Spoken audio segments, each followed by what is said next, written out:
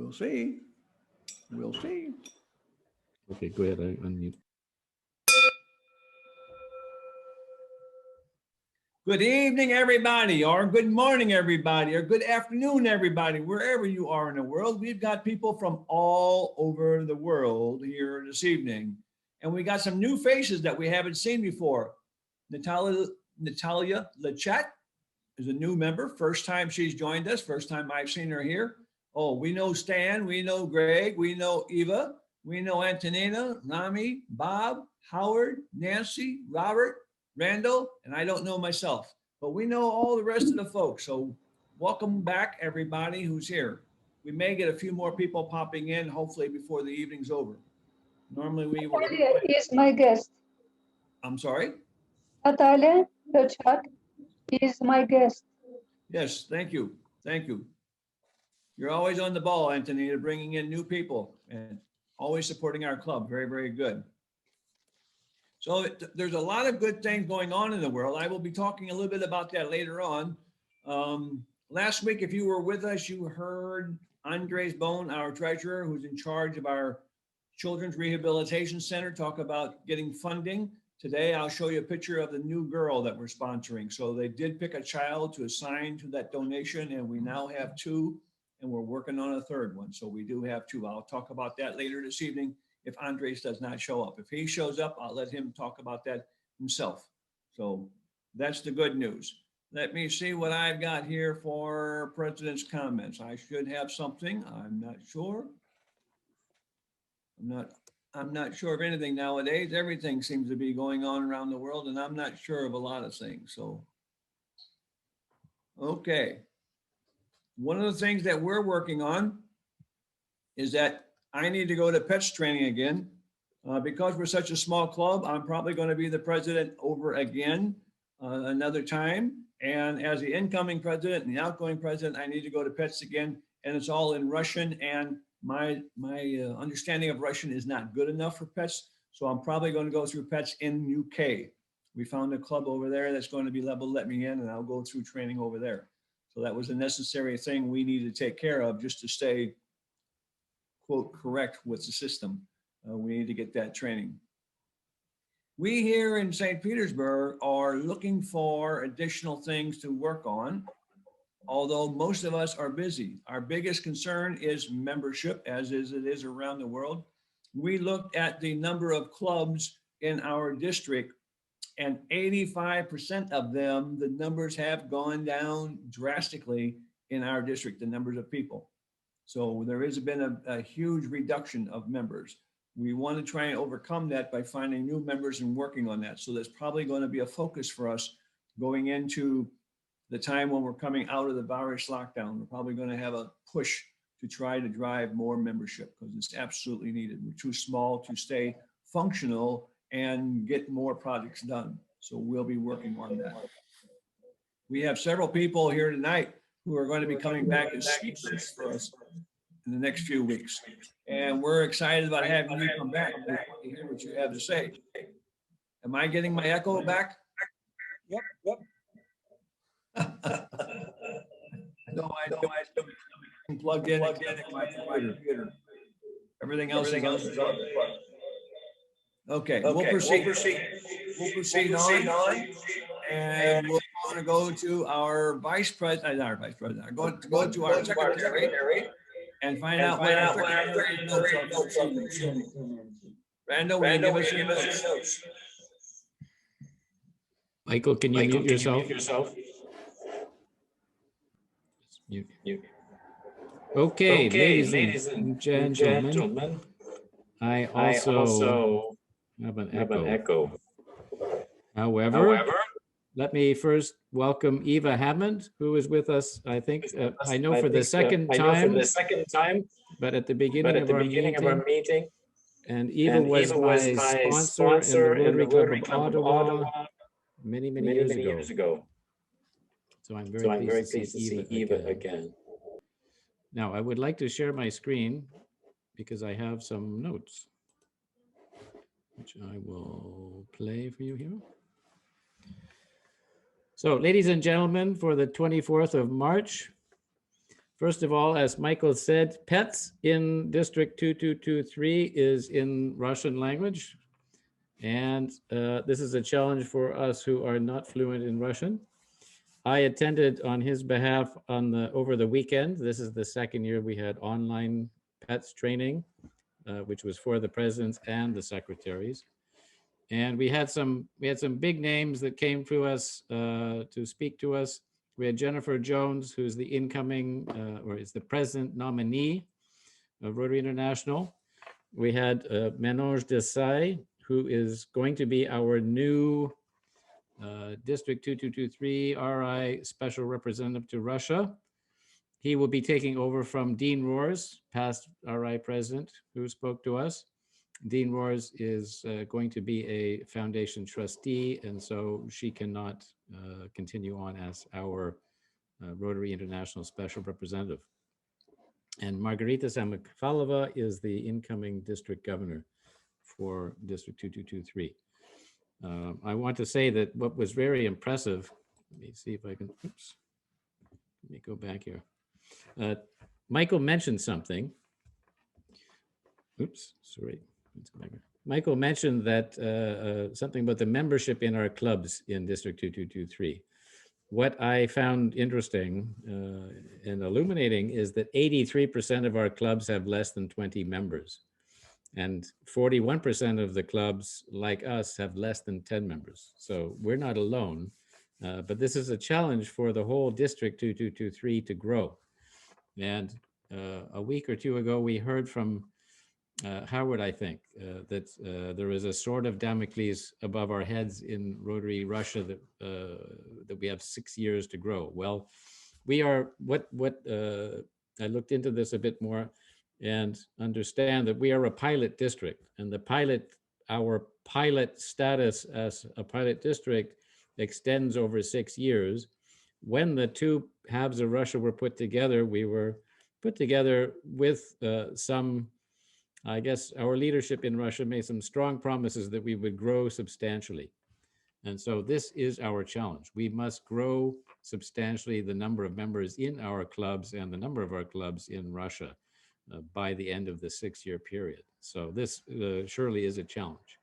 And as we all know, COVID has hit. That has given us some additional challenges, but we're coming out of it, and we believe that we will be able to grow. So we are not alone, Michael, in being a small club, but we want to be up above 20 members, ideally with 30. Second point I want to make about pets, I was amazed on the last day to hear John Hugo, who is our CEO and General Secretary of Rotary International in Evanston. He gave a speech that was at least 10, maybe 15 minutes entirely in Russian, and it was flawless, albeit with a little bit of a quaint Ukrainian accent. But it was very, very impressive that he took the time to prepare a very significant speech and deliver it entirely in Russian.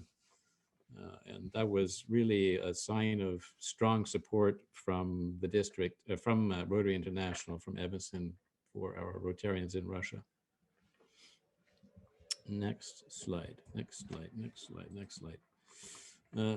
Another thing that's quite interesting is that recently the Rotary District 2223 elected past District Governor Stefan Stein to be our representative on the Council of Legislation. Council on Legislation is essentially our parliament that meets every 3 years.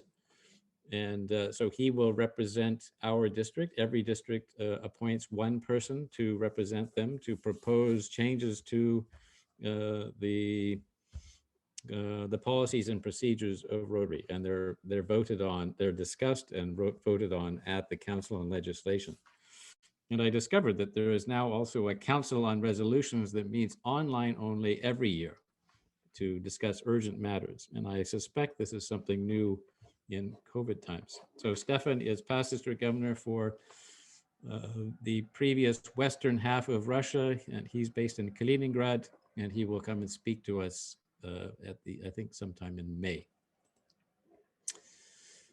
Something else that's interesting, we had Dr. Manoj Desai, who came to the pets and spoke to us. He is a past Rotary International director, and he has been, you could say, a busybody within Rotary, and he is appointed to be our incoming Rotary International Special Representative to help us grow. And he gave a nice speech, and he's very keen to support. Next, some member news. Last week, I had the extreme pleasure of meeting the new doctor of philosophy, Irina Shestakova, our past president. After 10 years of arduous labor, she received her Dr. Nauk degree, which is a very, very high achievement in Russia, and immediately got more work to do by her university.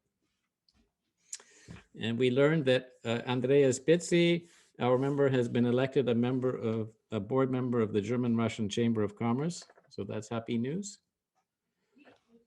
And our esteemed President Michael T. Vader, he won speech contest first place in the Area 53 District 80 Table Topics contest on the weekend. So he's going to be going up to a higher level, competing even higher. And finally, next week, Antonina is here today. She will be coming back with two of her friends to tell us about the Pushkins in Quinty. So I think all of us know who Pushkin is. Not all of us know where Quinty is or how to pronounce it, but we're looking forward to understanding the connection between Pushkins and Quinty. And that, I believe, President Michael, is all that I have to say.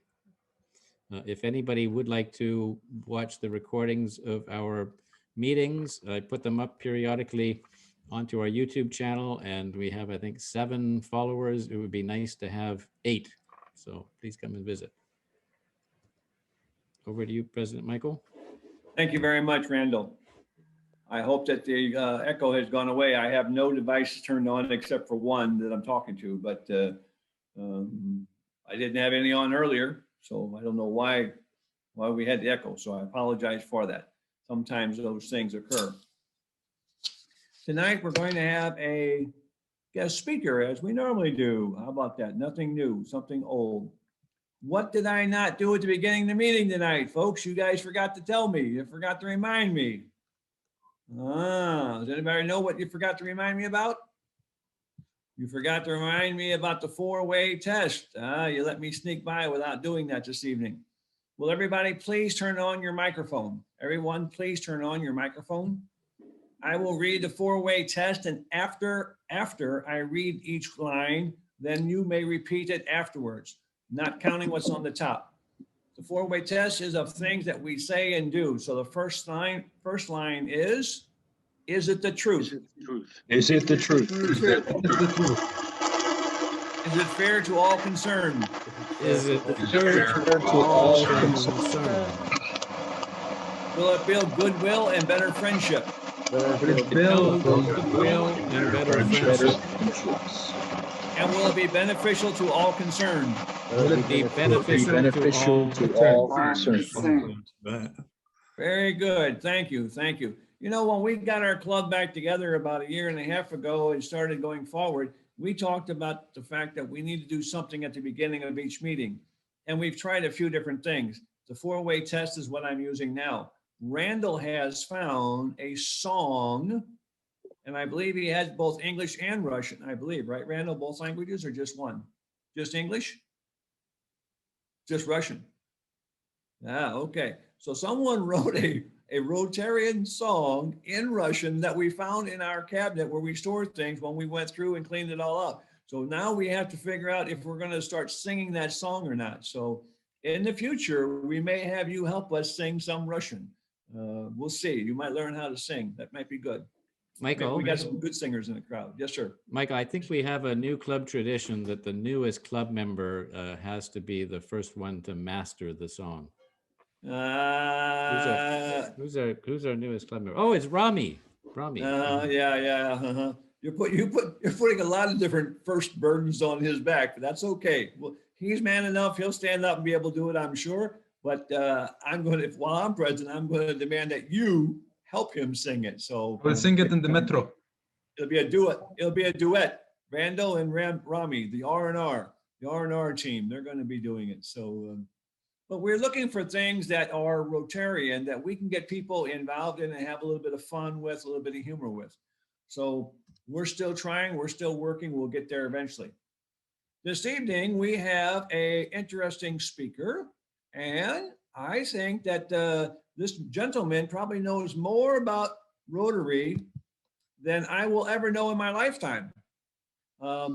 He likes to be called Bob. So if you're going to talk to him, you want to call him Bob. He made that clear to us earlier. This young man went through medical school a long time ago in Edinburgh, Scotland. Eventually, he wound up moving to Canada in Coburg, and then he got involved with Rotary, and he went through many, many levels of moving up the chain in the hierarchy of Rotary. He's had all kinds of involvement and awards given to him by Rotary International, and they're too long of a list to name. But what stuck out in his bio when I was going through it was that he received an award from the president of Pakistan. He received an order from Chad. He received the Sovereign Medal for Volunteers from the Governor General. And last year, he rewarded the Queen's Diamond Jubilee Medal. I assume that was from the Queen in England, I would assume, Bob. I'm not sure. But this gentleman has got a lot of recognition. And why? Why does somebody deserve so much recognition? Why do we need to know so much about Bob? Well, the reason is this man has got a big, big heart. And he has focused for the last many years as being a chairman, a trustee, and heavily, heavily involved in the Polio Plus program. He is almost, you could call him Mr. Polio Plus for about the last 10 to 15 years. He's the one who's been getting most of it done and driving it. He won't take credit for it. It's everybody else working together, but there always has to be somebody who is pushing it and driving, and that's been Bob. So I'm not going to steal any more of his thunder. I'm going to let him tell us a little bit about himself and then talk about the program. So without any further ado, I'm going to turn it over to Bob. Bob, the virtual stage is yours. Thank you very much, Michael. Very kind introduction. I must say, watching Randall's report, he had on the screen there all my old friends, or I hope they're not old, I hope they're still friends. It's very interesting to see that Manoj is going to be the key man with Russia. I was at his district conference when he was governor many, many years ago. And my wife was with us, and we were put in a carriage just like the Queen used to be, and taken round the arena, and we learned to dance, all sorts of things. It was a great conference. You've been very kind about what I've done in Rotary, and certainly I have done plenty, but it's only because I get lots of help from a good lady who's sitting closely and will tell me if I'm speaking too long, so you know you're in good hands if I should go too long, which is what past district governors are apt to do. I'm awfully glad you've got a club that's going. I see now we're up to 17 participants, and that's great. And so I shall try and share my screen now, and I'll see how we go.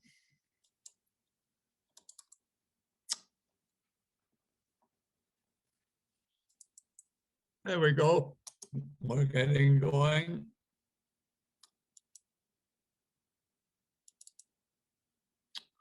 Okay, we've gone one slide too many, so if I should go back one.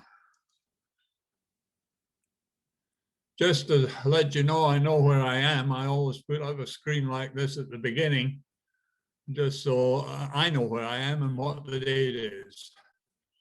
But it's great to be with St. Petersburg International. And obviously you're a very international club with those that are on today. Now there is a little bit of a time gap. I'm told it's 10 milliseconds, whatever that is, before the next slide comes up. And I hope it is up now. It's interesting with this pandemic and the effect that COVID has had on Rotary and Rotarians, because we're dealing with a virus. And it's made my job a lot easier, because in every newspaper you pick up now, there are descriptions of what a virus is and what it does. And it's the kind of thing I have been attempting to say about the polio virus. There are many similarities, and there's of course similarities with all the viruses, including flu. There are different mutations, as we're showing all of a sudden. Some people are very sick.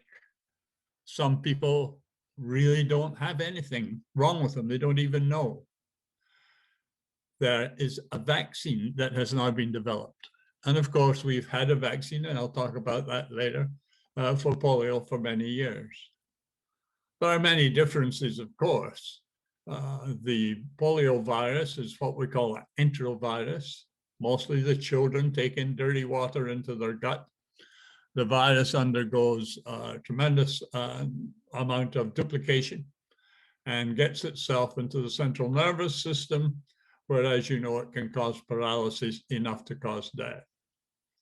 As opposed to that, the COVID virus is spread through the air, and that's why we encourage everybody to wear masks.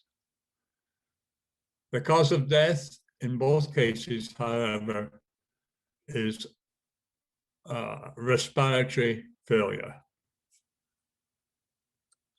I just put that picture up. That's in Pakistan. I visited Pakistan, worked in Pakistan many, many times, and I have a fondness for it, a great fondness for it. And it shows our problem, the narrow streets, the lack of communication. You see the wires up there, and it's amazing that the telephone works at all.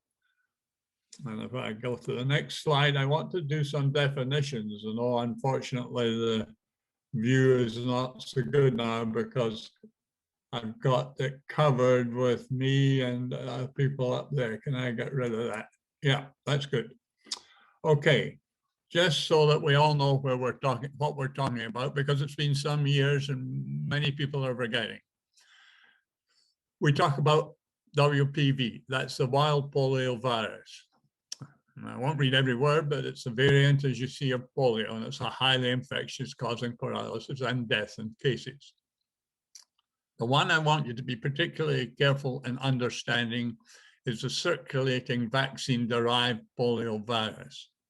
This is a circulating virus that emerges from the weakened live virus in our vaccine. You see, we use a live vaccine with the virus attenuated so that it doesn't cause polio. Polio virus, unfortunately, sometimes the virus in the vaccine mutates if it goes through children who have been under-immunized, and that's the key point. The vaccine itself does not cause polio, does not cause polio. It's unfortunate that some vaccine rounds have been not as efficient as they might have been. And so that vaccine gets into children who are not vaccinated, and it will in occasion undergo mutation, and that mutated vaccine, unfortunately, will circulate. So, and cause paralysis. So now, in order to try and get over that, we have developed a new oral vaccine type 2, which even if we do a bad job in vaccinating a group of children, when it is scooted out in their feces and other children unfortunately swallow some of that water, they will not get polio. That's our great hope. And IPV is the one that you all know about, the one that you get injected in activated polio vaccine. It contains inactivated versions of the polio, 3 of the polio viruses, and protects against paralysis. Now, I said there's mutations. There are different types. There are 3 viruses that are polio. Those who developed this system were very kind to us. They only gave them easy names for us to remember. Type 1 It's still causing disease in Afghanistan and Pakistan. That's the only two countries out of when we started 125 countries. We have type 2, but it's gone, but not quite gone. As you can see, unfortunately, there was a mutation in areas where the children weren't fully vaccinated, all the children, and it has mutated, and we have it circulating as a circulating virus. And then we have type 3, which has been gone for a long time as well, and has not come back in any mutated form. Now, we love to use .NATs in our assessment of the number of cases. And this is as a previous 12 months, as you see at the bottom of the page, up to the 16th of March. So it's just about a week old. As you can see, the red dots, they are the active wild virus. The green dots, and this is our problem, the green dots are the CVDP2, the circulating virus from under-vaccinated groups of children who pick up the vaccine and change it into something that causes paralysis, not as severe as wild, but nevertheless, it is a polio, and some of these children are somewhat paralyzed, which is an absolute tragedy. That's the last 6 months. I hope you see a difference. I'm going to go back. See the density of the cases there, including the wild virus, the red dots. And I do it again. I hope you see that in the last 6 months, we have had distinct improvement. And I'm very, very up about it at the moment. Now, this is Pakistan itself last year. And you can see there were a few, the dots, few all over the place, but they got less. This is each dot represents more than one case, but it's to give a diagram of what has been happening. But you see in December, it's completely clear. And it was, if I go back one space, you can see all the dots there in Pakistan, Afghanistan, just so you see where I'm talking to. And there we are, very, very good. Nothing here. And there has been only one case in Pakistan, and that was this month, since November. We believe we're on the road. I'll show you some numbers now. Total global wild polio cases in 21 to date are 2, compared with 25 for the same period in 2020. The total number in all of 2020 was 140, which was down from about 180, 190, nearly 200 the year before. Our problem, as I've been pointing out, is our circulating vaccine-derived polio virus. And as you can see, there's been 32 this year, 38 for the same period. But in all of last year, there was 1,067 cases. We really hope this new vaccine we're using will cut that down or cut it completely out. And we are also, of course, encouraging very much better vaccination days. I put this up for fun to remind me of 2 things.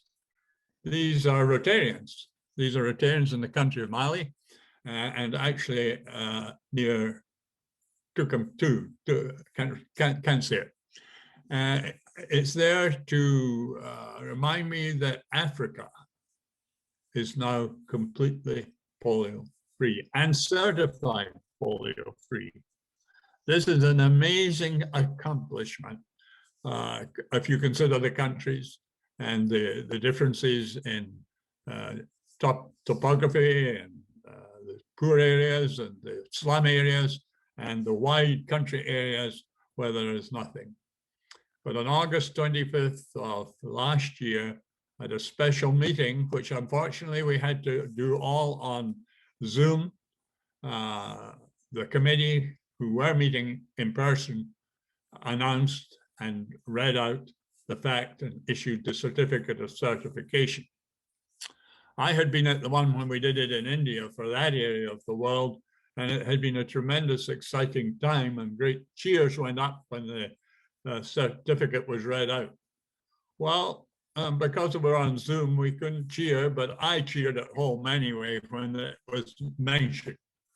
I thought somebody had to cheer, and my wife wondered what I was cheering at, so I had to tell her that now Africa was certified polio-free. Lost your picture on the side. Yeah, this is the description again, just a lovely picture. And this is Afghanistan. In fact, I never was in Afghanistan. Those in charge wouldn't let me go there. They let me go fairly frequently to Pakistan, but not to Afghanistan. But I made a note, this is new in my slide. 200 million doses of the new vaccine are being used during March, during this month, in Liberia and Nigeria. It's a huge number of doses when you consider it, but we've got a huge population in these countries, especially in Nigeria. And we do the children 5 years and under, as you can see there.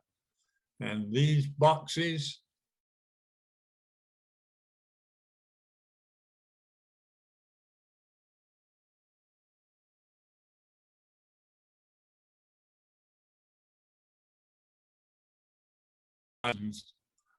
probably up to 1 million of these boxes now over the years. Just a summary.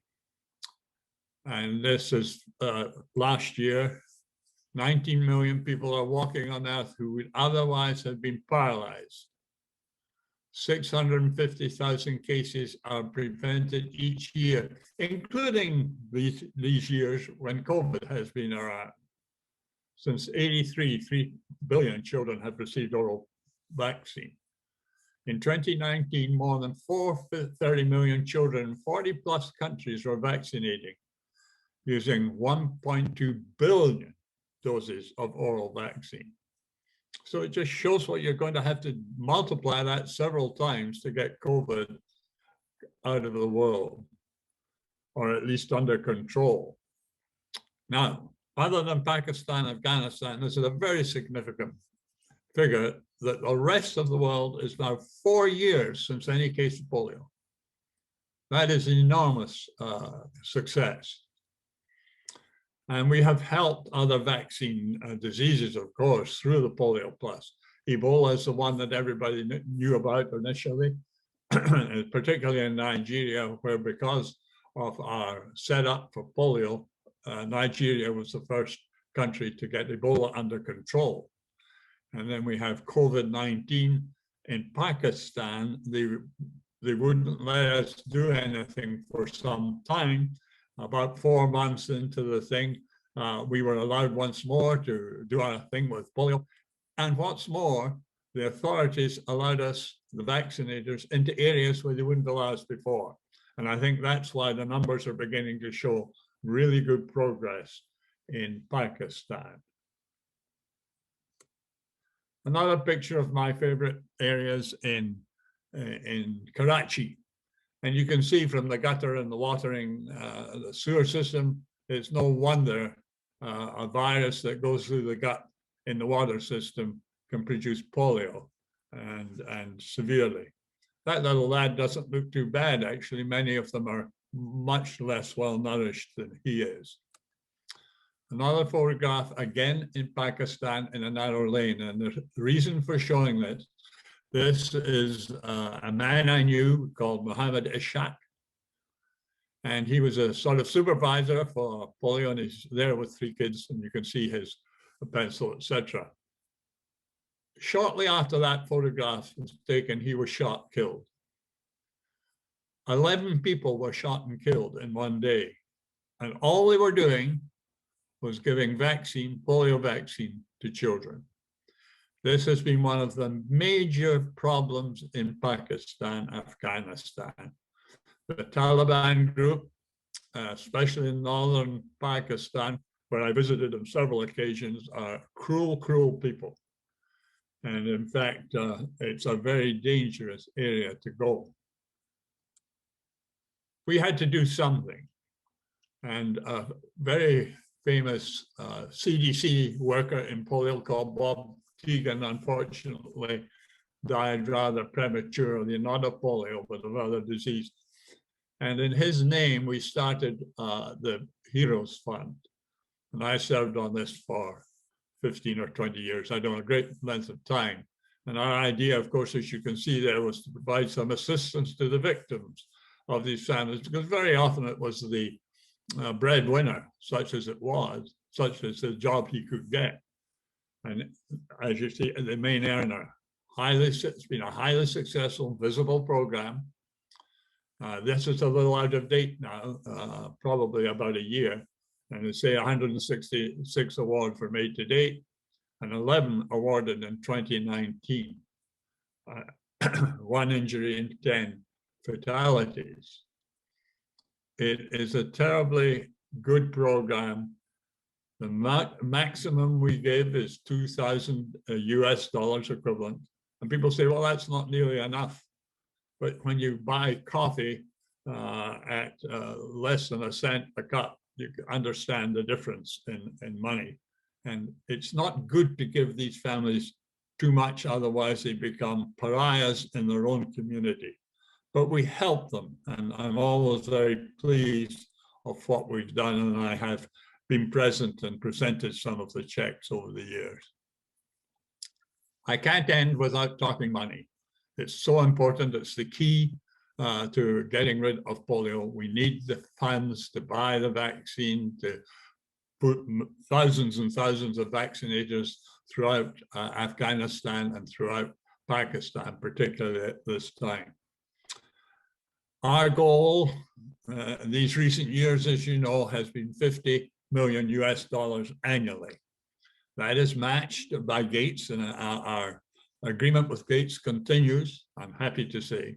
And so that raises 150 million because he gives $2 for every $1 we give, up to 50 million. So that's why our total is 50 million.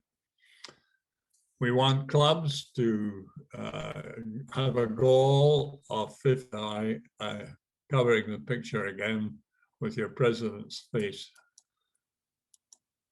1,500 US each club. If they do that around the world, we'll be really happy. We don't feel it's too much for most clubs to manage to come up with.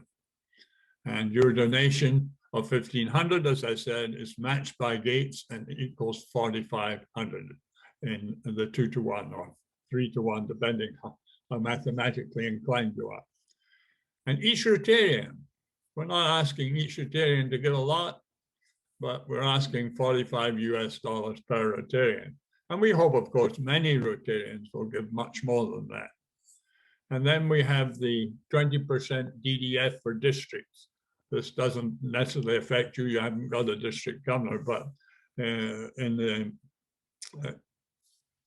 the district, we hope the district funds, the money you send to district, that 20% of the DDF that comes back under the foundation agreement will go back to the polio fund. Very quickly, these are since the beginning, since 85, 86, the percentage of where your money's gone. I always think it's important, you know, where we're asking for money, but where has it gone?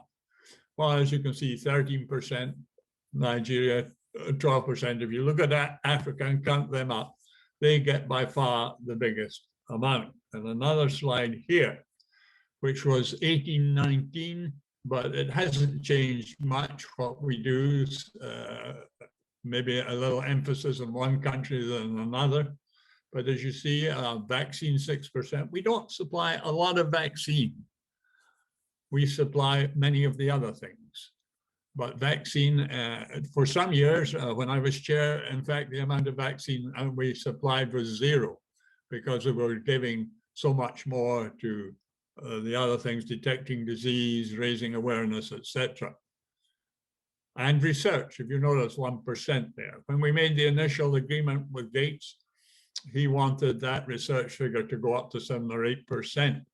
And we had a long discussion with his people, and we pointed out that we were in the business of eradicating polio. Certainly some research should go on. It's important that it does. And myself and a few others managed to persuade Mr. Gates that to agree to 1%. And by the way, when we made the initial agreement with Mr. Gates, he saw every paper. He himself was hands-on, as he still is. So the plus of PolioPlus, well, I mentioned some of it: Ebola, measles, SARS, vitamin A, distribution, COVID. I'm working with other organizations, so World Health, UNICEF, Gavi, Gates, working with governments. We never did this before polio, not to the extent we do now, US, UK. These are just a few. I put plus, plus, plus at the end because particularly in Africa, I seem to talk to lots of different governments. And I put in red there because I don't think most Rotarians realize the huge influence this program has let us become. We can phone the head of any of these organizations and get right through. We can phone the ministers of health and get right through. We are so influential because of the generosity and the fact that we've actually gone out into the field and done it. And I'm hoping that this will happen with COVID as well, and many, including North America. Don't just sit back and let others do it. And my club has become extremely involved in the COVID thing in the last week or two. And I finish every talk I give with this little lad from Africa, Northern Africa, and he sits there with a Macintosh on and nothing else. Because in the end of the day, it's mainly for the children that we're doing it.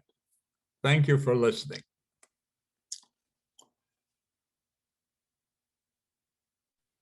Thank you, Robert. Very, very interesting. Thank you. I appreciate that. If you will clear the slide share yourself there, then we'll get back to the main screen.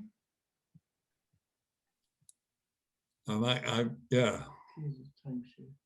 How did I do that? Oh. There you go. You got it. Absolutely. Absolutely. We're all learning new technologies.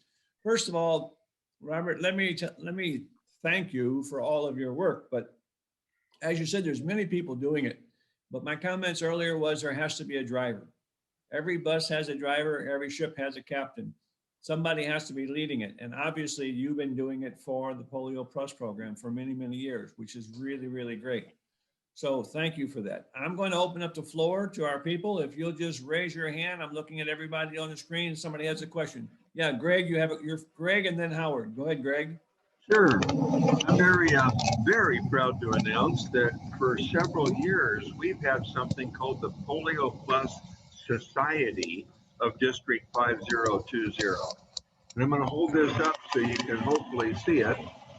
And it's a piece of paper that people sign and they become members of the PolioPlus Society. Yeah. And this is a commitment to pay $100 per year until polio is eradicated. Yeah. Yeah. And they get a beautiful pin along with this too. And the pin shows 2 drops. But we have about 400 members in our district right now, and we're making a big push to increase that. Very good. Super. Very happy to hear that. That's great. That's great. I was in your district when King was president. 2003. I don't remember these things. I have a prompter behind me known as a wife. Okay. Howard, you had your hand up next. 1 second, Antonia. Howard was next. You had a question? Thank you, Michael. Bob, it was a tremendous presentation to see that level of detail, which we do not often see. My question is, how did those red dots disappear? If these were existing polio cases, were they treated in some way so that they disappeared, or were they just not counted again and still under some other kind of control? In other words, they didn't spread. You knew that they didn't spread because they were quarantined. How were those red dots disappearing? I maybe should explain that. These are new cases. These are new cases that have occurred in over a year or over 6 months or over a month. We don't count twice. Okay, that was the answer right there. Yep. Yeah. Okay, very good. Sorry, I should make that clearer. That's okay. I'm glad to hear it, actually. Bob, you gave us a lot of statistics, and I'm sure if we all thought about it, we all could ask you something about the numbers because there was an awful lot of data there. So, but I thought you did a good job with that. Antonina, you're next. You had your hand up? Yes. I know from personal experience, as my mom was creating polio vaccine in Russia, that governments playing very big role in polio eradication. Yeah. My question is, how is the Russian government, working in such situation? And how are polio cases in Russia, in your experience? It's my first question. I have second one. Well, let me answer that. For some years, the Russian government was with the group of 7. It became the group of 8, if you remember, and it's now back to the group of 7. But during that time, Russia was on our list, of course, of donors, because we Rotary deal with the group of 7 as well, our observers and people with their hands out, I guess. And Russia was quite generous in the amount of money they gave at that time. The actual numbers I can't recall right at this moment. I'm going back many years, and I'm getting old. My brain doesn't go back that far. But since they have dropped out of the group of 8 back to the group of 7 we have, I'm not sure if they're still making donations internationally, but I'm sure they are also keeping Russia polio free. So they must be making vaccines somewhere, because as I said, Russia is included in the 4 years of no polio anywhere except Pakistan and Afghanistan. So their program is working very well, obviously. Second question is, in a development of every vaccine and applications of every vaccine, there are side effects, and they are not related to virus, but side effects because of content of vaccine. Can you share some numbers with us in terms of what kind of side effects and how many people were affected when during development of polio vaccination worldwide, especially in third world countries? I can't give you exact numbers or figures. You're quite right. Doesn't matter which new product you're developing, the possibility of a side effect is real. And I think people are now learning this through the COVID experience, again, with the vaccines and the differences. And there are undoubtedly reactions to some of the, not necessarily to the vaccine itself, it's to what the vaccine is dissolved into to be given. And that is one of the problems with unusual reactions. It's not the virus itself. I have to say that in now 35, nearly 40 years of doing this, the number of major reactions, to my knowledge, is infinitesimal. It's minor. And but as you say, it doesn't matter what you give. I mean, as a physician, I gave out penicillin many times for people with sore throats or pneumonia or whatever. knowing perfectly well that one of them might get a severe reaction. And the reactions for penicillin are about 3 or 4 or 5 times more than COVID. So it's a rare beast in vaccination. Thank you for that question, though. Okay, next question. Anybody else on the screen? Yes, Henny, yes. Bob, thank you for the presentation. I was wondering, does the eradication also not go hand in hand with the development of healthcare in the countries where polio is occurring, and what can we do about that? Oh, thank you for that question. That's a wonderful question. You're absolutely right. And let me tell you, I spent, well, I did 35 or 36 visits to India. And as you know, India is polio free. Northern India was our problem. The states up there were just not cooperating. And I'm going back maybe 15 years now. I've been at this so long, longer ago than that. My wife was prompting me, where we got information from the children, from the wives, the mothers of children. You keep coming and you keep coming. You told us you were going to give these drops so that our children don't get polio, but they're getting other diseases. What are you going to do about it?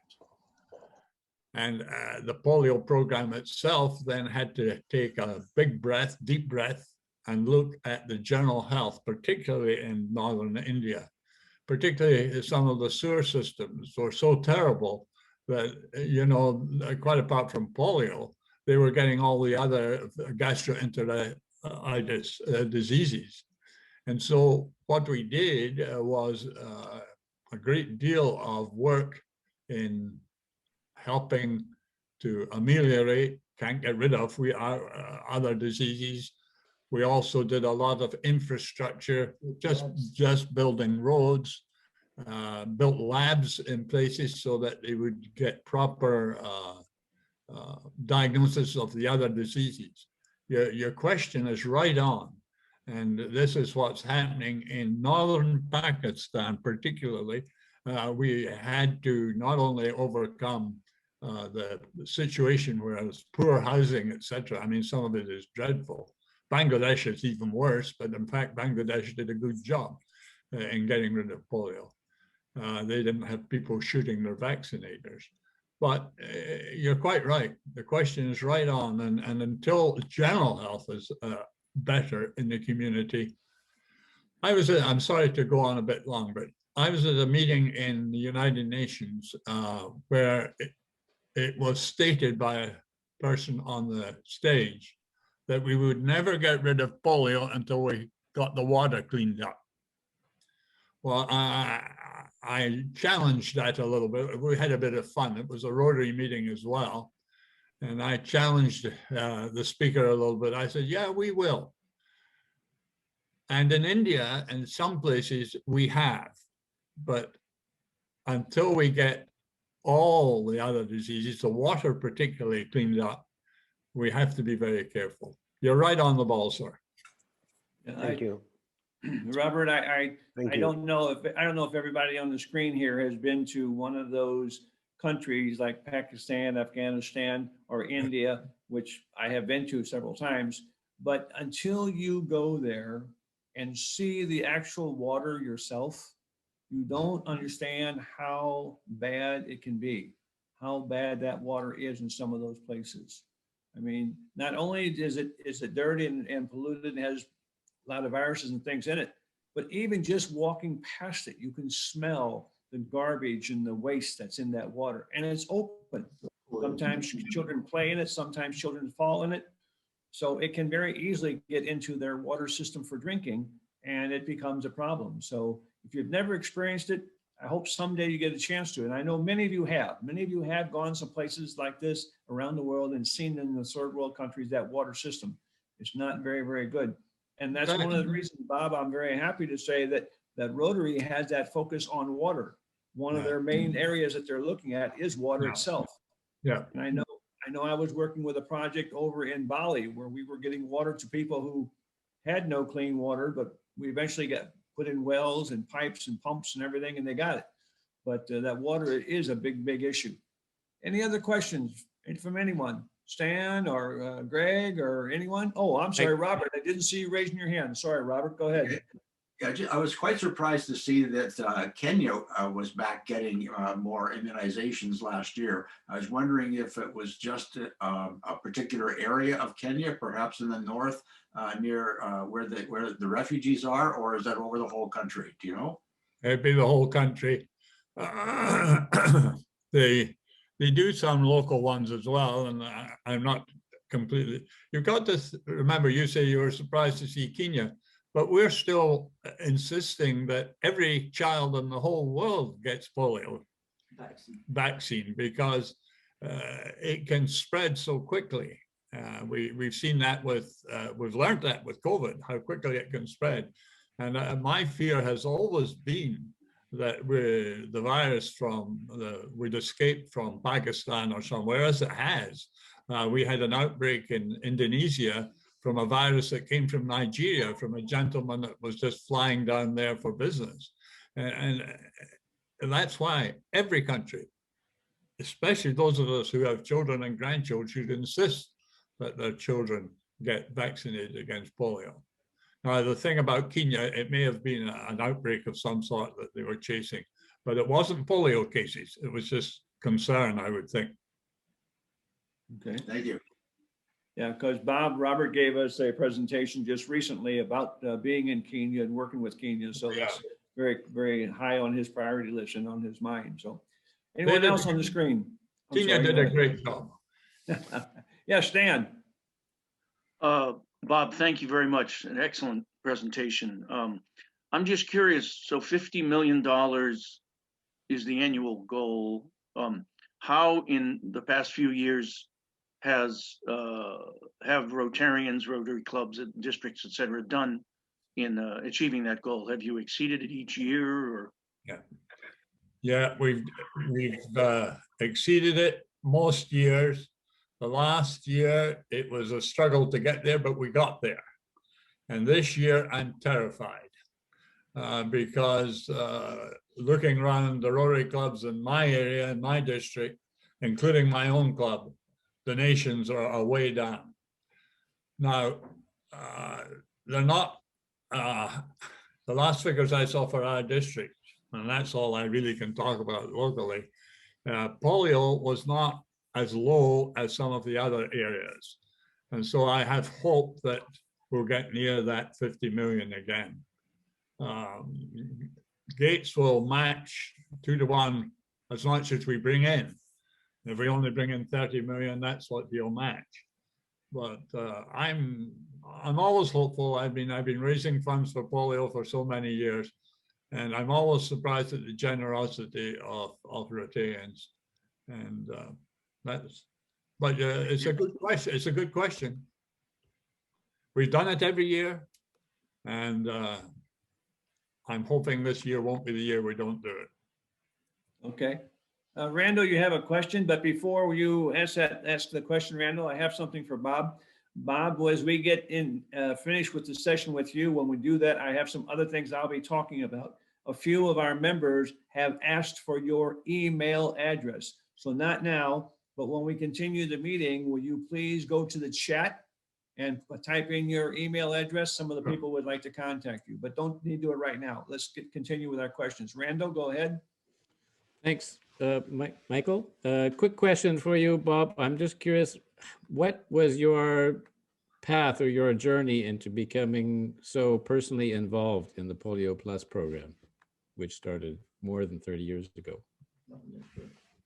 It was the year I became governor, or the year before I became governor, which was 87, 88. In the year 85, in fact, when I was sort of coming up the tree, if you like, climbing up the tree or whatever, however you like to put it, I first heard of this polio problem, that Rotary was going to be involved. To be quite honest and quite frank, I was a bit cross about this because in my year as governor, I was going to make a big emphasis on a foundation. And all of a sudden, there's going to be this other program called PolioPlus, that was going to be asking for money and mess up my plans a little bit. But in the end, of course, as you know, we made a huge effort, and in 87, 88 was the first major donation year, the major fundraising. And in my district, I managed to raise over $1 million.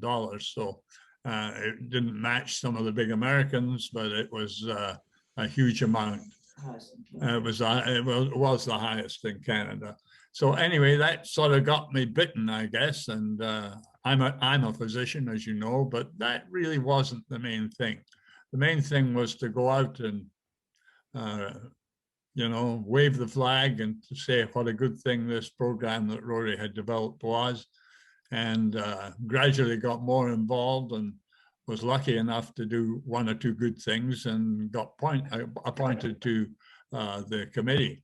Initially I did surveys. I went, my first one was Nigeria. I went, and then I went, no, sorry, that's a mistake. First one was Egypt. I went to Egypt and did a survey. And the first survey I did there, they weren't going to eradicate polio for 100 years unless they cleaned up their act. And so we made, along with WHO, UNICEF, we made a rather nasty report to the Egyptian authorities. And interestingly enough, about 5 or 6 or 7 years later, I was appointed as one of the official United Nations observers to see how they were doing this year, which was 7 or 8 years. And really, it was so good. We reported it as a great example of how a country can get rid of polio. So, you know, you get involved and people ask you to do things, and in Rotary, you can't say no. Unless you make a mistake. Unless you make a mistake. Thank you. Thank you very much. Thank you, Bob. Thank you. Stan and a few others, if you need to leave, I know Robert Marlowe just had to leave to go to another meeting. If anyone else needs to leave, we understand that Please you were go. here and so. Yeah, we know that you guys have to leave once in a while. That's all right. There's other meetings going on. So I'd like everybody who is on the screen, though, to please put your hand together and let's give Robert Bob Scott a warm round of applause for his presentation tonight. Bob, super job. Thank you very, very much. Thanks. Appreciate all the work you've done. Yes, Randall, you had a comment? No? No, okay. I thought you had a comment. Okay, well, we're going to move on to the rest of our meeting. It won't take long, but I do have some good news I need to pass out. I'm not going to pass out, but I have some news I need to pass out.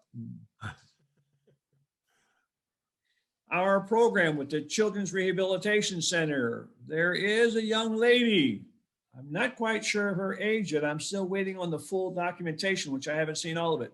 Her name is under 4. She's under 4 years old. Oh. Under 4. Okay, I had not seen the final paperwork yet, Randa. Polina Chikun, and she is now our second candidate. She is the second child that we're starting to help.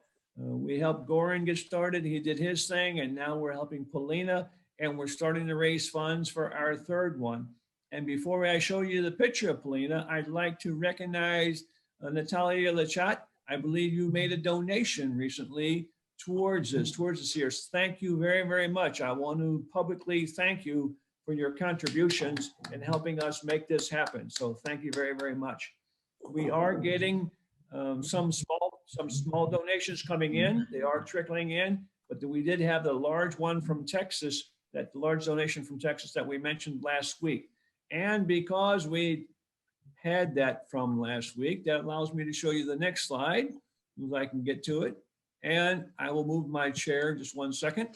Oh, this is our young lady. This is Polina. Very small, very delicate looking young lady.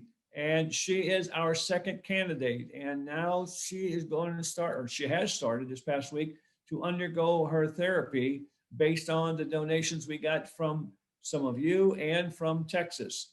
And we're working on the third child. We're starting to build the funds. As you know, it takes us about 2,500 euro per child. And whenever we get that amount, we go over to the school. We make sure they get the money in their accounts. We don't take any of it. It goes all to them. And we find the child that they have for us. And they have a long waiting line of children. So there's no shortage. But we let them decide based on the children's need. their mother, their father, maybe don't have, maybe they don't have one or the other. Maybe they don't have a father or don't have a mother living, don't know. Or maybe their mother and father are not working or whatever the situation is. The school said this is the one they would like to see it go to. So Polina is our second child. So we now have 2 children who are going through the process, which is very, very good because we are still out there actively looking for donors.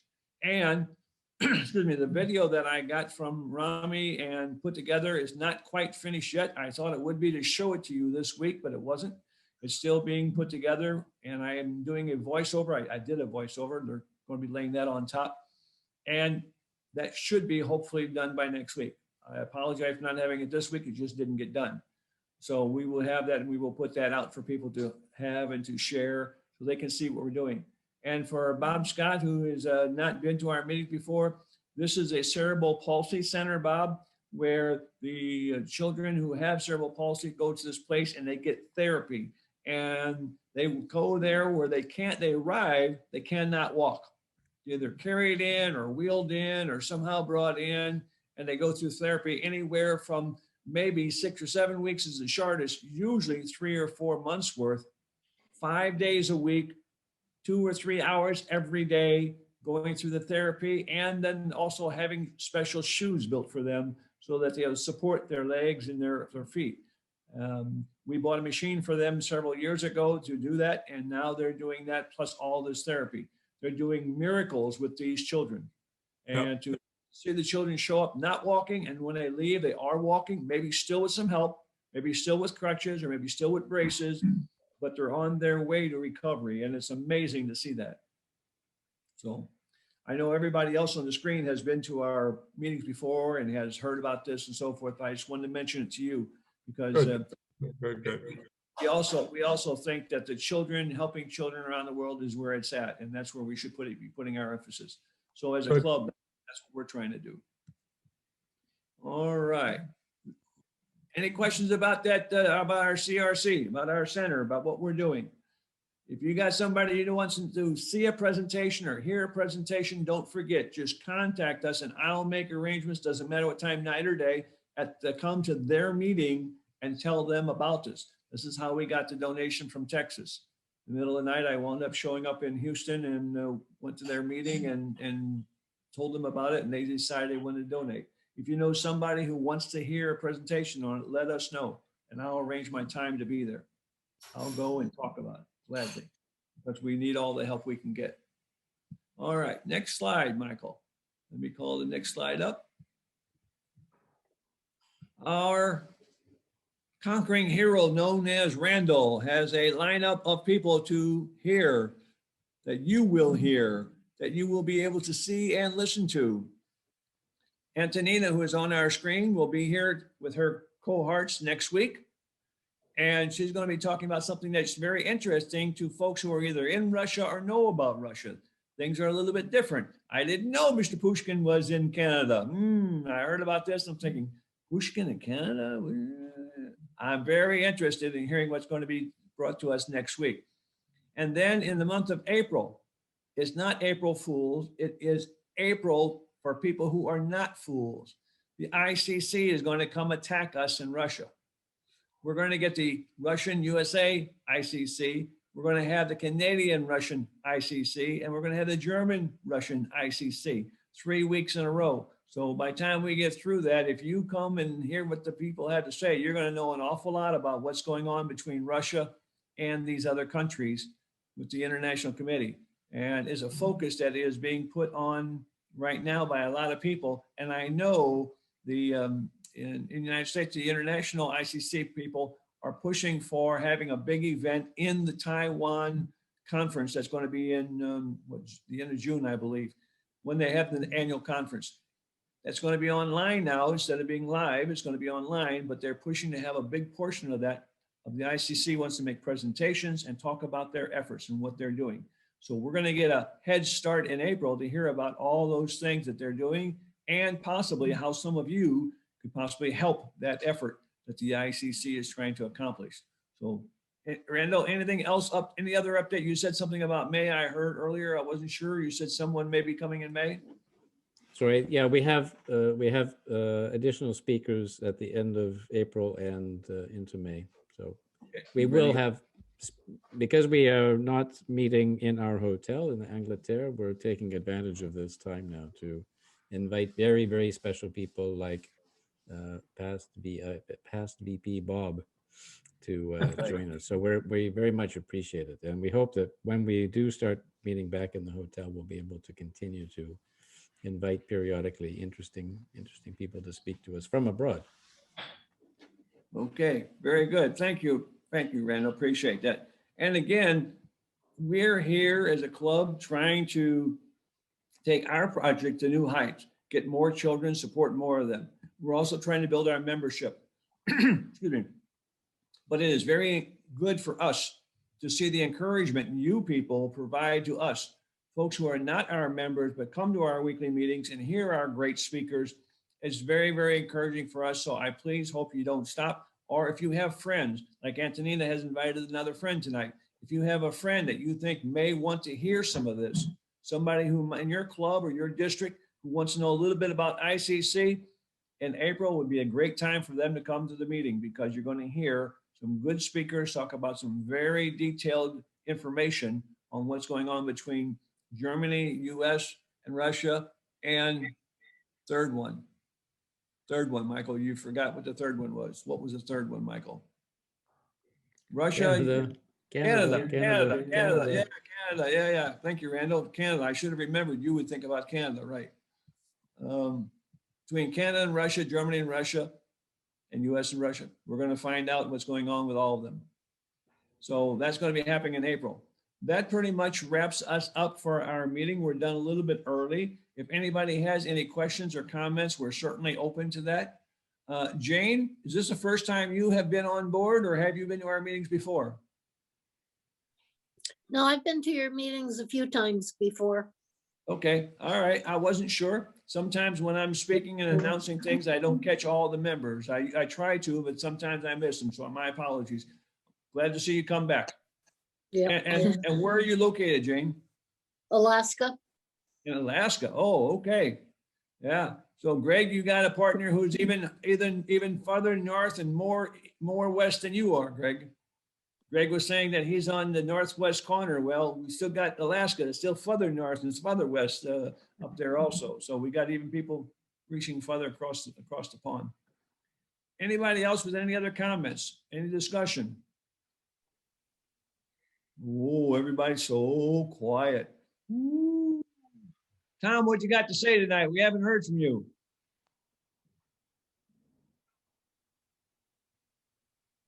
Thomas?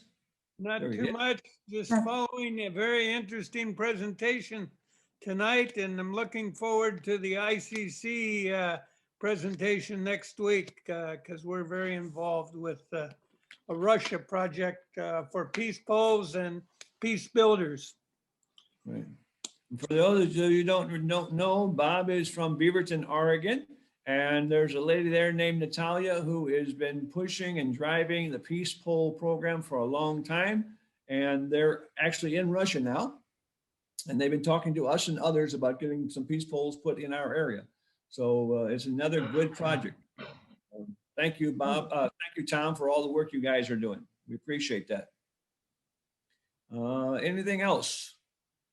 Nothing. No other comments. Okay. That's all I have. Randall, do we want to close the meeting officially because we don't have anything else? Everybody go home early. You can go home and play. You don't have to stay. You don't stay at the meeting. Oh, yeah. Normally you'd be at the meeting. You'd stay around afterwards for half an hour, just BSing with everybody, right? That's what we normally do. Well, here we. I'm going to ring the bell. We'll talk here for maybe another 8 or 10 minutes, but then we're going to close down too. But I'm going to officially close the meeting. The meeting is officially closed. Now we're open for gossip and rumors. What gossip and rumors do you have?